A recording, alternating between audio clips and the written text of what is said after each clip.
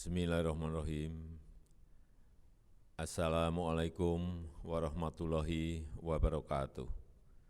Salam sejahtera bagi kita semuanya. Om Swastiastu, Namo Buddhaya, salam kebajikan. Yang saya hormati para Menteri Kabinet Indonesia Maju, yang saya hormati Ketua Umum dan seluruh jajaran pengurus nasional IAP, yang saya hormati Dewan Pembina, Dewan Penasehat, dan pengurus provinsi, para perencana wilayah dan kota seluruh Indonesia, hadirin dan undangan yang berbahagia. Pertama-tama kepada keluarga besar Ikatan Ahli Perencanaan Indonesia, saya mengucapkan selamat ulang tahun yang ke-50. Selama setengah abad berkiprah, saya yakin IAP telah memberikan banyak kontribusi kepada masyarakat bangsa dan negara. Telah berkontribusi dalam membuat rencana yang baik di level kota, di level daerah, dan di level negara. Telah banyak memberikan panduan perencanaan yang tertuang dalam rencana tata ruang wilayah tingkat kabupaten kota, provinsi, dan nasional. Untuk itu, saya menyampaikan banyak terima kasih. Di tengah dunia yang berubah begitu sangat cepat, urbanisasi yang terus meningkat, dan kebutuhan masyarakat yang semakin kompleks, bisa dipastikan tantangan yang dihadapi dalam membuat perencanaan akan semakin kompleks. Perkembangan ilmu pengetahuan dan teknologi harus diikuti. Dan pada saat yang sama kondisi sosial, kondisi budaya, kondisi ekonomi masyarakat juga harus diperhitungkan agar bisa menciptakan kehidupan masyarakat yang lebih baik. Bapak Ibu yang saya hormati, kita semua tahu bahwa perencanaan itu bukan sekedar building, bukan sekedar merancang pembangunan gedung. Perencanaan adalah build environment.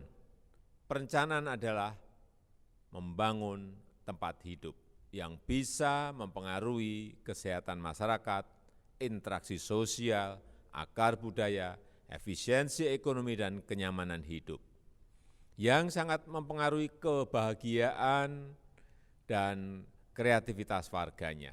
Perencanaan harus mempertimbangkan budaya masyarakat, harus mempertimbangkan sejarah, mempertimbangkan struktur ekonomi masyarakat, dan banyak aspek-aspek lainnya. Jangan sampai perencanaan justru membuat masyarakat terasing di kampungnya sendiri.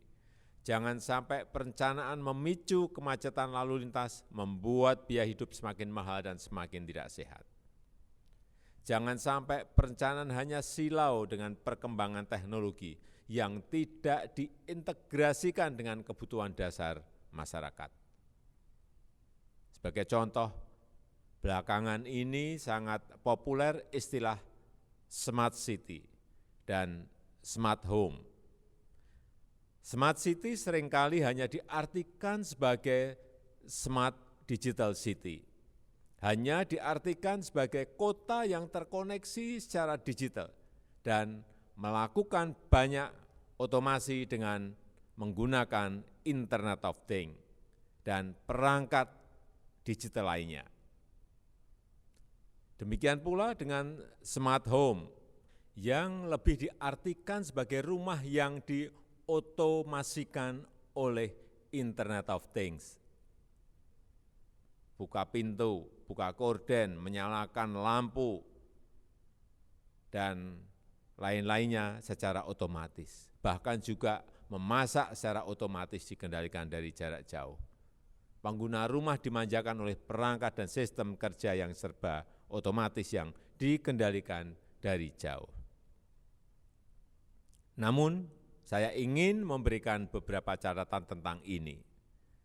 Saya menyarankan agar yang paling mendasar dari smart city adalah desainnya yang smart.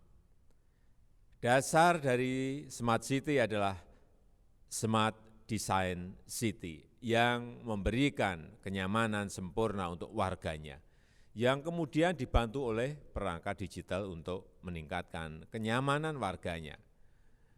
Demikian pula jika cakupan wilayahnya ditingkatkan menjadi tingkat provinsi, smart province, dan juga ketika ditingkatkan menjadi tingkat nasional, smart Indonesia, desainnya yang smart. Smart secara kultural, smart secara sosial, dan smart secara ekonomi.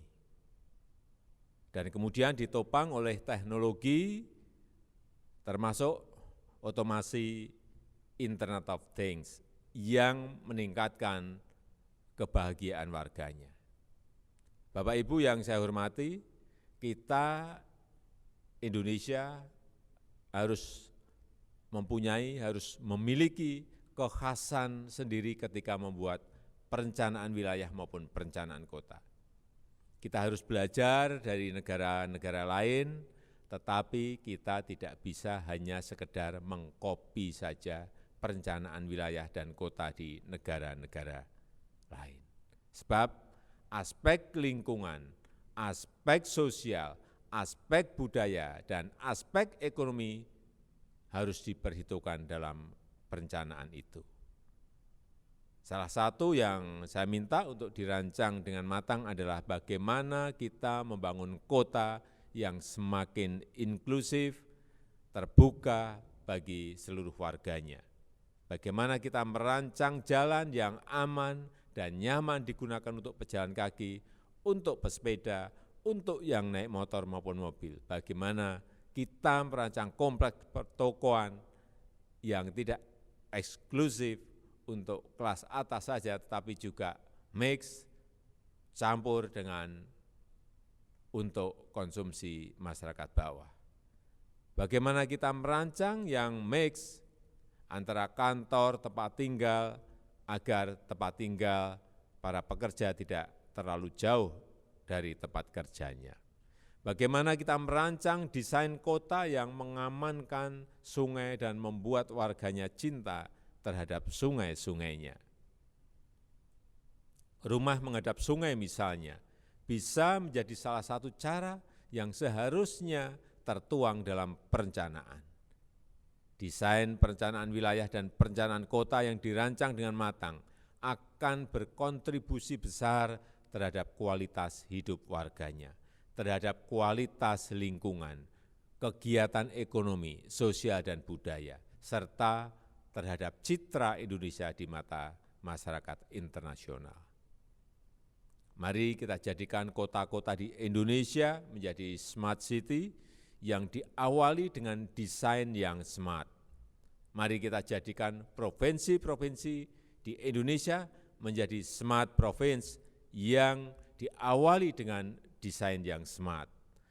Mari kita rancang ibu kota baru di Kalimantan Timur menjadi kota dan kawasan yang benar-benar smart desainnya, yang menjadi pionir kota yang menjadi rujukan dunia. Terakhir, mari kita sama-sama menjadikan smart Indonesia.